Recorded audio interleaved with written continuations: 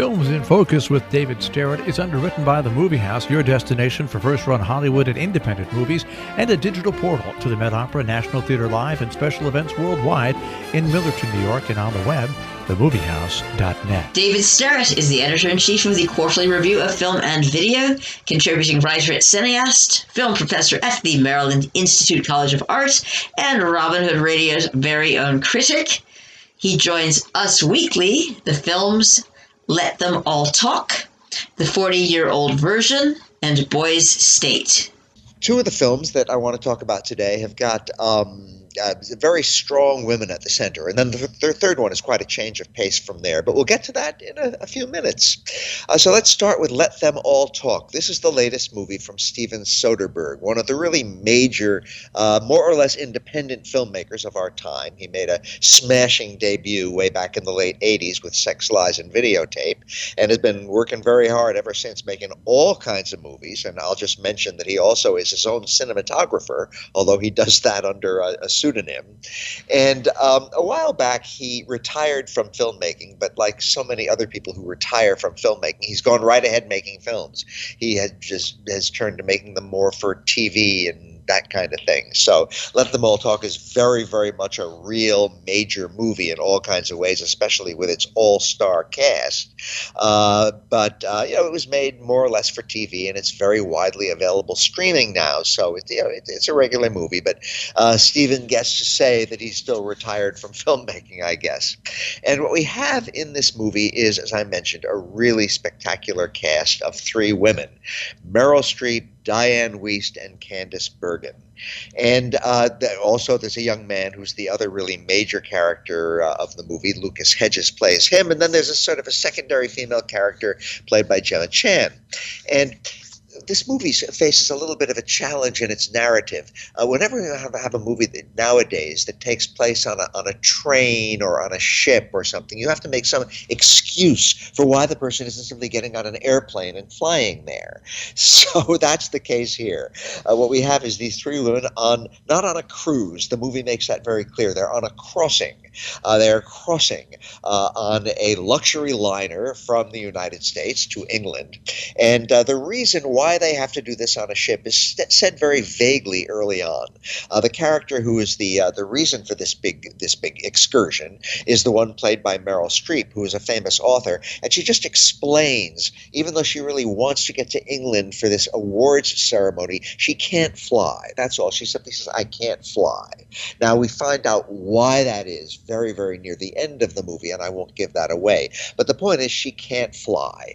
Therefore, she has to make the crossing on a ship, and her publisher, she's a writer, is going to pay for all of this. And she gets to bring along a couple of old friends of hers, and that's where the Diane Wiest character and the Candice Bergen character come in.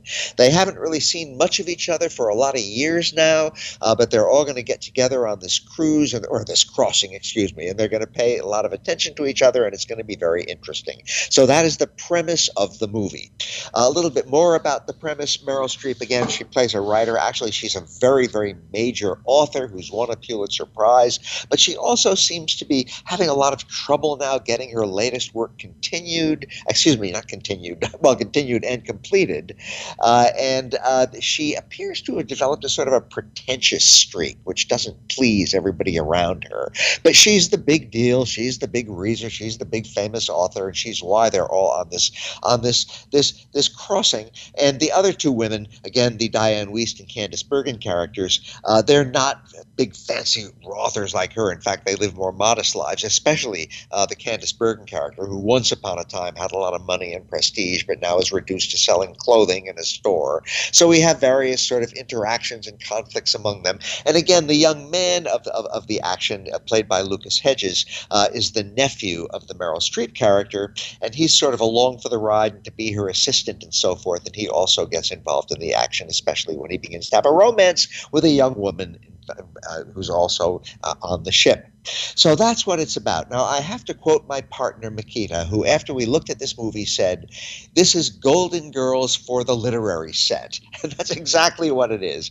We have these three older women, and we have all of their sort of charmingness and crabbiness, and they've been around the block a few times, and they're a little bit cynical in different ways. And I think the most amusing contrast in the film involves the Meryl Streep character and the other two, because she really has gotten sort of pretentious, and she says all these things in this sort of serious, syrupy voice, which are, if you really listen to them, really just sort of cliches and platitudes and whatnot. So there's sort of amusing stuff going on there. I found Let Them All Talk to be an amusing trifle, a diverting trifle. There is nothing major about it. It's a rom-com. It's a serious sort of dramedy kind of a thing, and it has its serious moments and it has its amusing moments, but none of it cuts very deep.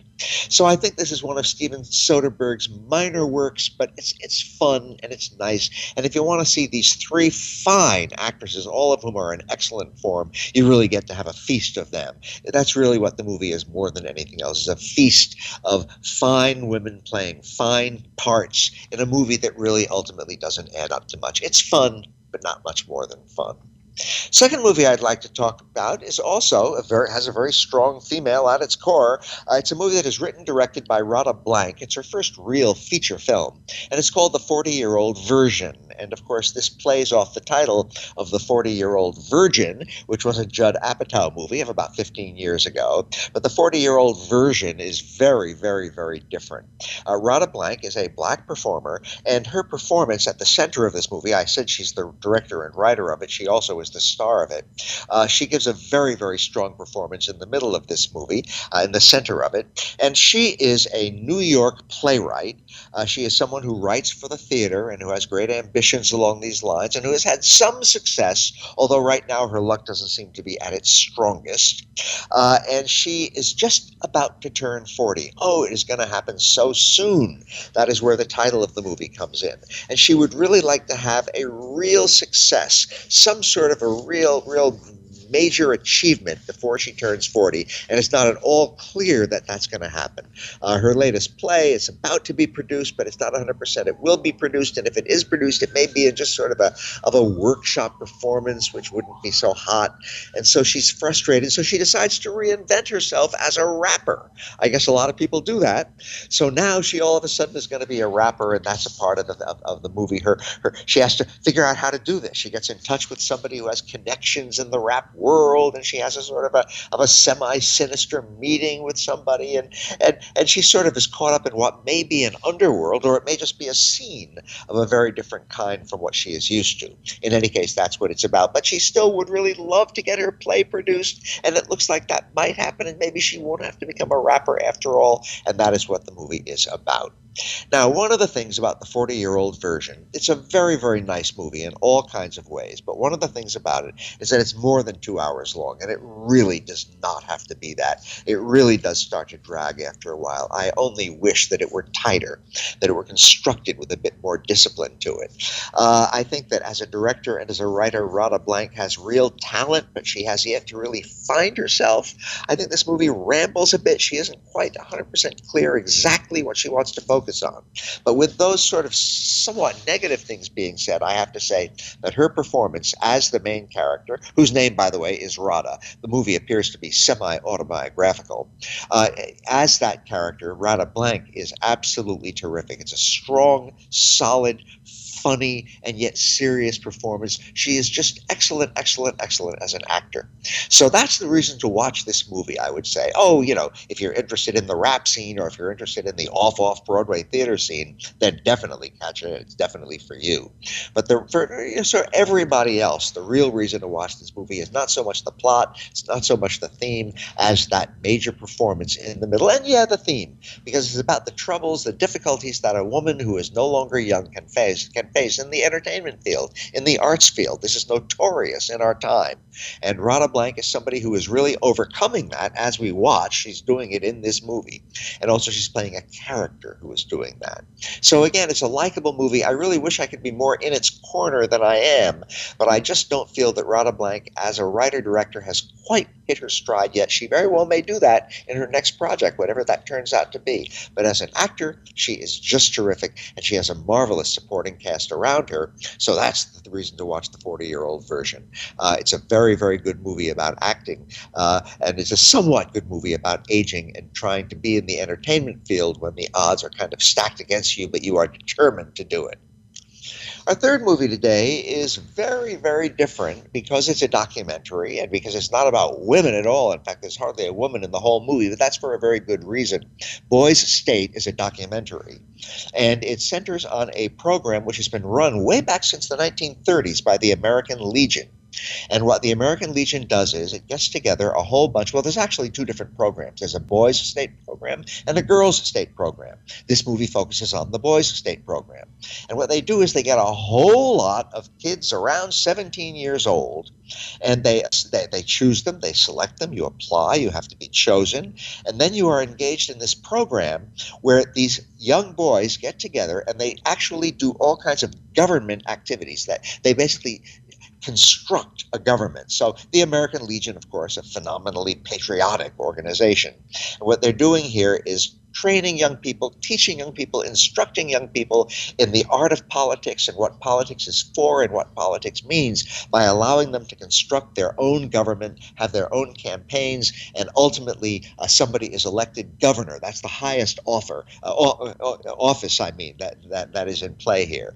So what you have is way over 1,000. I think it's approximately 1,400, 1,500 kids approximately 17 years old who are all getting together in this program, and what they're divided arbitrarily at the beginning of the exercise into two different parties. There's the nationalists and there's the federalists. And this happens they're just assigned to one group or the other. So you have these two groups of equal size. And then what they have to do is they separate into their two groups, and they have to come up with a platform, what they stand for. Then they have to elect officers to be organizing this and running this. And then ultimately they have elections for the big three posts, one of which is Attorney General, and then the highest one of all, which is the governor. That's the highest post. And there's a lot of suspense over who is going to be elected governor. So as documentaries of this sort tend to do, Boys State focuses on a handful, a very, very few of these kids. I'm calling them kids. They're almost young adults. They're around 17 years old, so that we kind of have a focused picture, and we center in on just what a few of them are doing and how they're reacting to this, and what it all means to them. And that's what the movie follows. So one of the things that interested me about the movie, let's say the American Legion is not known for being an especially left-leaning group. They're very, very patriotic, and they're very invested in traditional values and all that sort of thing, which of course has a bright side and a dark side to it, in my opinion. But one thing that interested me is that some of the things that you might have thought would be, by the way, this is all in Texas, I should mention that too. So if one subscribes to easy stereotypes of institutions like the American Legion, or a state like Texas, one might expect a whole lot of conservatism to be surfacing here. And that really does happen. There's really, it turns out that if you have, for example, a pro-choice position on abortion, you may have a certain handicap in the office that you're running for or the position that you would like to hold. If you believe in gun control, for example, this turns out to be another sort of a handicap. So that is all true. But on the other hand, some of the things that one might think of in terms of stereotypes, again, of patriotic organizations and a southern state, such as racism and ethnic prejudice and so forth, really turn out to not be so true, because some of the kids who really achieve a lot in this, not necessarily triumphing at the end, but there are black kids, there are Hispanic kids, there's one kid who has multiple handicaps, he's disabled, and these young boys really, they prosper quite well. They do well in this atmosphere. There does not appear to be any sort of prejudice against them or bias in that broad sense. So in some ways, the movie bore out the stereotypes that I was expecting. Yes, there's a lot of pro-gun, gun sentiment. Yes, there's a lot of anti-choice sentiment. But on the other hand, there's a fair amount of sort of inclusivity and openness to different kinds of people and different ethnicities and races and whatnot. So I found that fairly refreshing. The whole process, even though this movie details it in a lot of ways, remains a little bit murky by the time you get to the end of it. I mean, you have all these kids who have been arbitrarily placed into a political party that really has, at the beginning, nothing more than a name, and they have to come up with a platform, and it's not clear that anybody is really standing for anything that they truly believe in. It seems to be more taking positions that you think might win you votes, and I found that a little bit murky and a little bit, not exactly admirable. But some of the things that emerged in the case of the movie with these individual boys who are focused on are really, really interesting. We have one boy who says with great sincerity at one point in an interview with the camera, "I've really come to understand how politicians have to lie if they want to get votes." He says very sincerely and very heartfeltly. Another boy explains his great admiration for Napoleon and about how that's the kind of leader he wants to be. And it's all very sincere, and it all is also just so wrong-headed in some ways. So I found Boys State to be not a riveting documentary, but a very interesting one that reveals a lot about today's youth, about today's, let's say, conservative politics, and about how there are certain organizations that are trying to shed a lot of light on the political system without maybe 100% succeeding in that. So it's an interesting documentary, an instructive documentary, and one which I wasn't thrilled by, but which I definitely recommend. So that is my somewhat variegated story this week. For which we thank you very much, as ever, David Sterritt. Films in Focus, the films Let Them All Talk, the 40-year-old version, and Boys State.